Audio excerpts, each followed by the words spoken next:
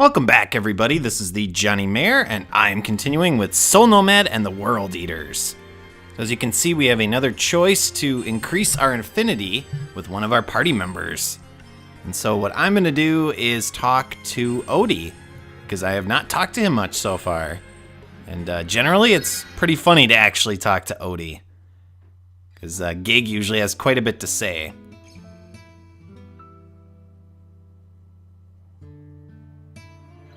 You're sleeping inside a casket?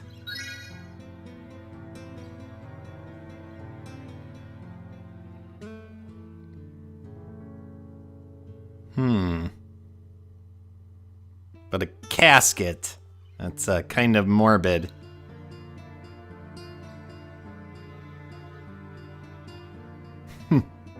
Something tells me that is not a Drakon trait.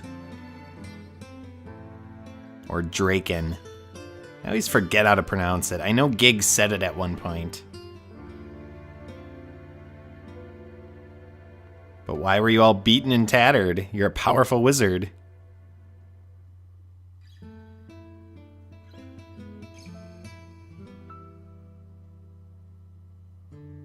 I guess that makes sense. You have a sense of wanting to give back to them.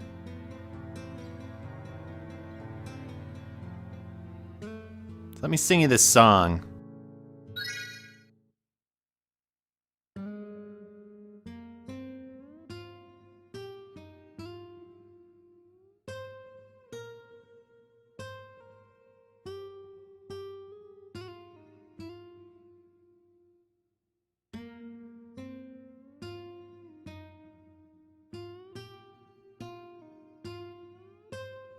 Now what's interesting is, regardless of the character you choose for this little extra scene, you will still sing that song. It's part of the storyline. So that will open up Gig's eyes to you a little bit. Well, I'm glad it worked. Hopefully you feel better. So Trisha or Danette will all comment on it as well. Hey kid, you remember that first World Eater? You remember how she said something before she died? Did you understand what she said? Her very last words? She said, "Forgive me." How? How do you know that language? And that song you were singing, that language is not of this world. The only ones here who know about it are me and that hag and the 3 World Eaters. But you, who the hell are you? I'm not sure. But I must be special. And we have another dream.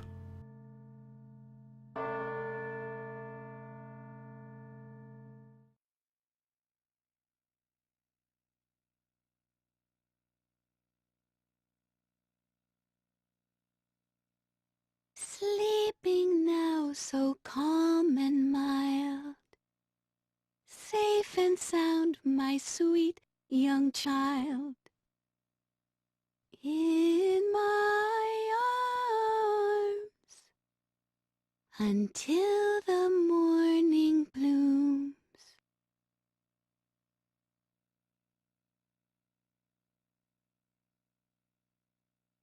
Oh, are you asleep already? You must really like that lullaby.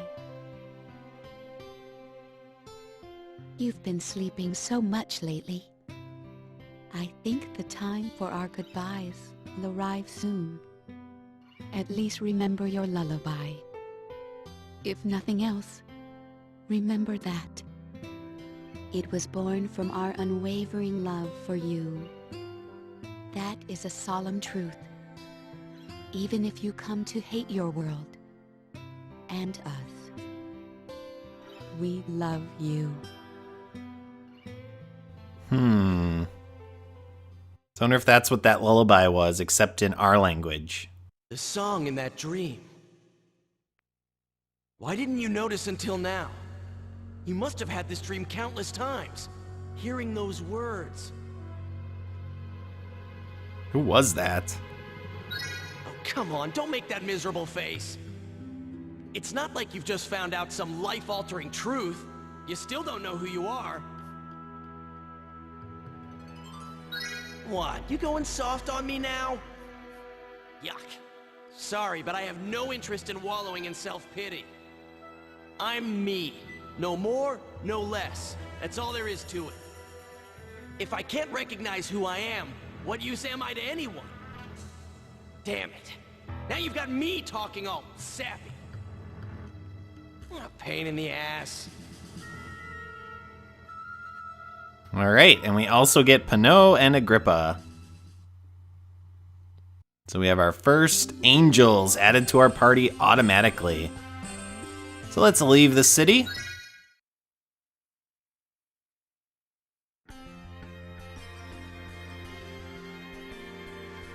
Miss Trisha? Oh, what is it?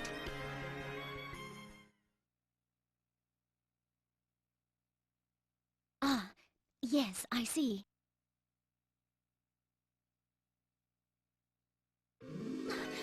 Come again? Oh, my. I've got bad news, everyone. Corsius has come under attack. What? No! My sister's there! Damn it, this isn't good. According to my contact, the leader of the assailants is a woman dressed like a gypsy. That must be Shauna. This whole attack was just a feint. We gotta go. So we're gonna head to Corsius.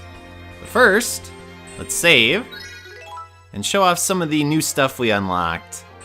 So we got some new classes. That is the angel classes that I talked about in a previous episode. We also unlocked Hades' Despair, which of course is, in my opinion, the best room in the entire game. As long as you keep yourself above 0 stamina, you are golden with this room. And so you'll notice I have quite a few of them, and all of them have 8 character slots. Which means when I need them, I can switch my characters over to those. But in the meantime, I'm going to continue to use my experience boosting rooms. Now, the new character classes we can get is the Gob, which again is a fairly decent physical attacker with good defense. And then a Cherub, which is a healing class, not as good as the Medic, because they can't heal the entire party. And then a Seraph, which is a shotgun-toting angel, and also not the greatest, although pretty decent speed. I'll give him that. So let's save. All right, so we're gonna head to Corsius, and we are now going to take on this battle.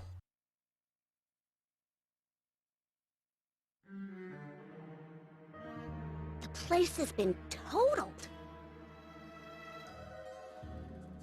How could I let this happen? Father, where are you? I gotta find Sis! The enemy still seems to be sneaking around. Watch out for them.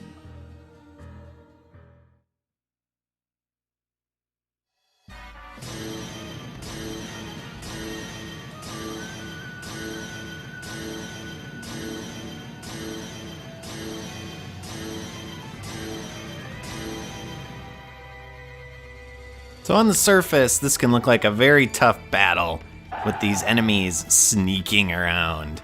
And having done my annual rewatching of the Lord of the Rings trilogy with my wife recently, that of course reminds me of the line in the movie when Gollum and Sam and Frodo are climbing up towards Shelob's lair, and Sam catches Gollum in the act of doing something sneaky, and he says, "What are you doing? Sneaking off like that?" And Gollum's like, "I was sneaking." But anyway, so this battle, again, on the surface looks pretty tough. We have the enemy classes that are actually hanging out in these cityscape areas, and those areas actually give them an additional boost to their stats by about 20%. And they also heal them at the end of each turn. Now, there's actually a wall also around this city, so if you position yourself on that wall, instead of getting the healing bonus, you'll actually get a plus 40 to your stats. So we have to traverse this distance. They will not come after us. They will wait for us to come into the city. And basically, it seems tough, but it's not really that difficult in my experience. Most of the parties aren't that bad. The ones that are difficult, of course, are the Pyre Mage parties. So you want to watch out for them. And that is mainly because they can attack from a distance with their magic. And that magic will do a lot of damage. So we're going to try to take those parties out first, and then we'll let the other parties come to us, the Saboteurs and the Bandit parties. Because of course they have to use their stupid Fade Out ability. You're not fooling anybody, jerks. I know you're there. You'll come to me eventually. I'm not concerned. But I do have all of my groups with the Loki's Fortune, I think is the name of the room. And that is because that gives me a boost to experience earned. I want to try to gain as much experience in this battle as possible. Most of my party members are in the 20 to 22-ish range. Maybe a little under that. And the next battle is not really tough, but it's actually very long. And so it is a battle of endurance. So the higher I can get in level, the better I'll do. So we'll start picking off some of these parties. The Saboteurs are actually the easiest because they only have one character in each of the battle formations. The rest of the groups have, I think, 3 characters in them. So not tough. And there's no reinforcements or anything like that that you have to worry about. So here we go. Let's check out these parties. Thank you for all being in the front row. That means you are going to die very quickly. Let's see if we can take them all out in one volley. Oh yeah. Fairly easily. So I'm not sweating the bandits. It's the Saboteurs, somewhat, I'm worried about. Only if they actually plant mines. Those things can be annoying. Yeah, that didn't even do that much damage, even though it was a critical. My turn. You're already dead. You don't even notice it. But yeah, there we go. I'm gonna cut through these groups like a hot knife through butter. Although, I don't really heat my knife up when I cut my butter. In fact, we don't use stick butter very often. We actually use the spread butter most of the time. It's a little easier to use. I like it for cooking. Let's try Dual Rampage. Wonder if that's actually going to activate. Fire mages are not good at physical damage, so they'll probably die quickly. Yeah, they're not going to survive. We'll have to wait till a later battle to see Dual Rampage. I'm going to see if I can activate some abilities in this fight, and maybe the next one that I haven't used so far. Because, you know, I use pretty much the same abilities over and over, and that must get redundant to watch. So I'm going to try to keep it as fresh as possible. And of course, I will continue to cut battles that are redundant as well. So I'll show you the first encounter with each of the enemy groups and basically cut out all the rest, unless there's a special ability or something that I use, or the enemy uses actually. Uh-oh. Planted a mine trap. I wonder where that is. Well, hopefully we won't hit it. Or that one. So it's interesting. Is this supposed to be Corsius? And if so, how come it's not destroyed? Because they were all like in the intro when we got here. Oh man, it's totaled. It looks perfectly fine to me in its 2D state. Uh-oh. Oh man. Even though it said it missed, I bet it didn't miss Levin's party. Nope. Jeez. Yeah, that took out quite a few people. Oh. Well, that's wonderful. Stupid mine. You'll pay for that with your death. Yeah, bandits, come at me. And we're actually almost done with this battle. There are very few groups left. There might only be one more bandit group or so to go. And then we'll move on. We'll see the aftermath of this fight. And then we will continue onward because we have a climactic battle to take on in our next encounter. And that'll be in our next episode. Alright, there we go. Let's see what rank we get.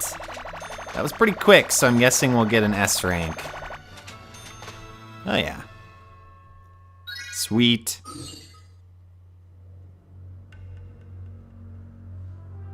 Well, she didn't do that much. Who gave her the letter? Is this a ransom note? It says we've kidnapped Hawthorne.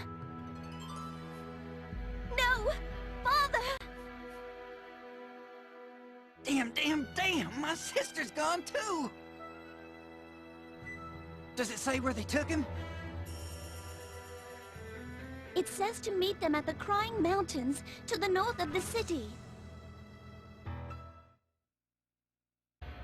Okay, good! I'm coming, sis!